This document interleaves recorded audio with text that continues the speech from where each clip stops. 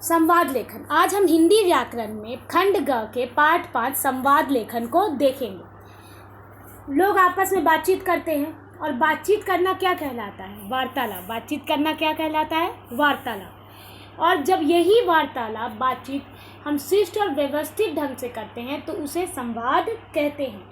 संवाद में 2 या 2 से अधिक व्यक्ति भाग लेते हैं और अगर हम व्यवहारिक रूप से आपस में बात करते हैं तो वो बातचीत वार्तालाप होती है। लेकिन जब मंच पर 2 व्यक्तियों के बीच हम बातचीत देखते हैं तो वो संवाद कहलाता है। और अपने विचारों और भावों को व्यक्त करने के लिए हम संवाद की सहायता कब कब लेते हैं? जब हम अपने विचारों और भावों को दूसरों से प्रकट करते हैं। और जो संवाद जितना सजीव, सामाजिक और रोचक होता है वह उतना ही आकर्षक होता है।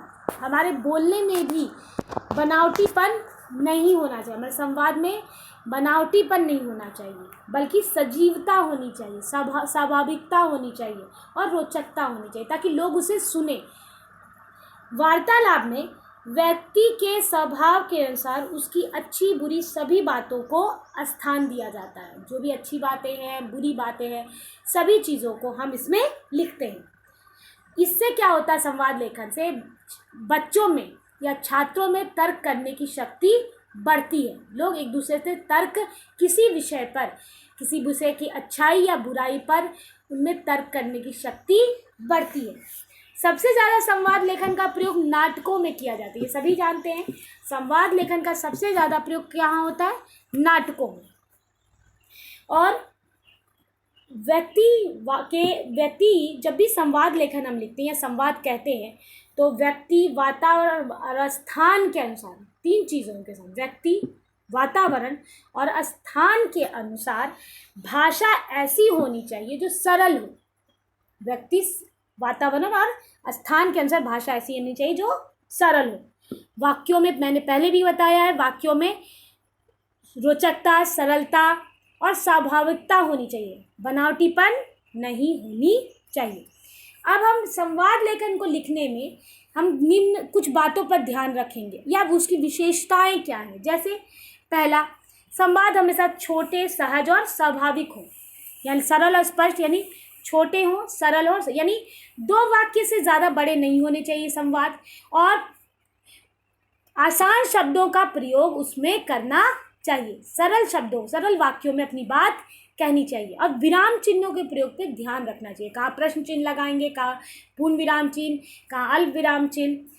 दूसरा, रोचकता एवं सरसता होनी चाहिए ताकि लोग आपकी बात सुने, उसके कारण रोचक और सरस वो होना चाहिए। भाषा सरल, स्वाभाविक और बोलचाल के निकट हो। चौथा, सामाजिक स्थिति के अनुकूल हो। जो भी हमारा विषय दिया गया समाज से जुड़ा हुआ तो उसके अनुसार होना चाहिए। अच्छा, जिस विषय या स्थिति के संबंध में हो वह स्पष्ट होना चाहिए। जो भी आपको विषय दिया गया है संवाद लेखन के लिए, वह चीज़ उसमें स्पष्ट होनी चाहिए। कभी कभी आप संवाद लेखन में हंसी मजाक या व्यंग की भी बातें डाल सकते हैं। मुहावरों तथा लोकोक्तियों का भी प्रयोग करके उसे और रोचक बना सकते हैं। जैसे आप देखिए यहाँ पर कुछ संवाद दिए गए हैं आपके किताबों में। श्री कृष्ण और द्वारपाल का संवाद। आप देख रहे हैं कि संवाद बहुत छोटे छोटे हैं, 2 वाक्यों से ज़्यादा प्रयोग नहीं किए गए हैं। विराम चिन्हों पर पूर्ण ध्यान दिया गया है और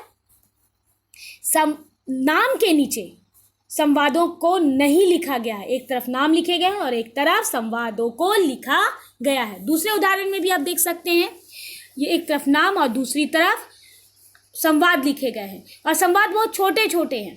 इनमें विराम चिन्हों के प्रयोग पर ध्यान दिया गया है। तो संवाद 2 वाक्य से ज़्यादा बड़े नहीं होने चाहिए, वो भी 2 वाक्य छोटे छोटे होने चाहिए, सरल होने चाहिए, स्वाभाविक होने चाहिए, लोगों को आसानी समझ में आने चाहिए और बनावटीपन नहीं होना चाहिए। इन दोनों संवादों को उदाहरण के देखते हुए जो पुस्तक में आपके संवाद एक दिया गया है, अपने दोस्त या अध्यापक एक संवाद लिखिए। इसको आप सभी उत्तर पुस्तिका में, इस पुस्तिका में करेंगे।